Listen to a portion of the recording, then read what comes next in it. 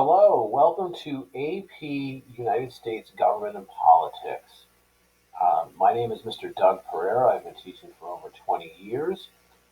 You can reach me best through Brave Square. You can also use school email if you'd like.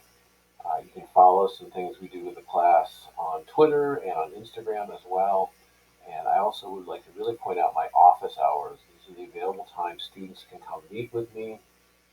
They usually can be found outside of the classroom, in the library, in the back clinic areas where my office is. So we can go over writing, we can go over review, and that sort of thing. The course itself is part of the College Board's Advanced Placement program. We have 5 units of study. You'll notice they're out of order from what the College Board recommends, but I find they work best for kind of the pace of the year, the political cycle, and voting, and so on. Um, and so those units really look at political theory, they look at political science, and how they're applicable to our lives. And as part of the AP course, you can take the AP exam if you'd like in early May, and you'll hear about registration in coming around November. And the AP exam, and you can go to their website to see this, is both multiple choice and writing, and very specific as to what kinds of tasks students are going to do. And we'll be working on that throughout the year, trying to apply different skills to the content we're learning as we move forward. In terms of grading, I use a total point system, and so different categories are kind of weighed higher than others. And so our exams and our essays are 100 points. And you can kind of see here, this is also in the course expectation sheet, the various values.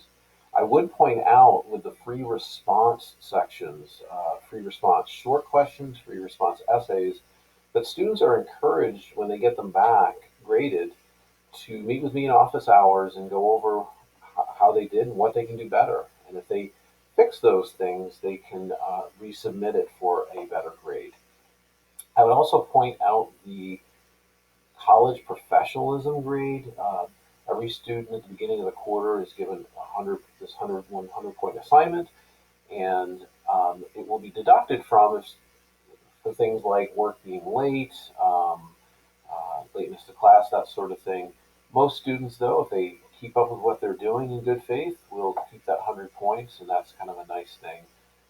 As we work on college level habits and skills, that's my primary goal in this class is how can we develop better thinking skills, analysis skills, and so on, as well as habits we need for college, like going to office hours and improving our note taking and so on. And so if we can do those sorts of things, it's really helpful. And so the college professionalism grade will help them to do that.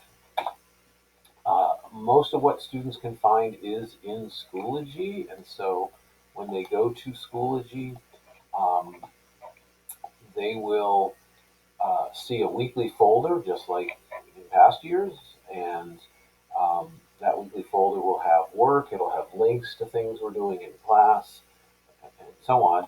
Um, there's a link to AP Classroom. That's a site that the College Board has built that I will sometimes assign videos or questions out of. And so all the students need to be registered for AP Classroom and use that site as directed. I would recommend looking at the resources folder. It has things helpful for both students and parents in terms of um, some of the documents we're going to need, and it will answer probably a lot of your questions. And then as we move throughout the year, you can always go back to other weeks in the quarter if you're behind or anything like that.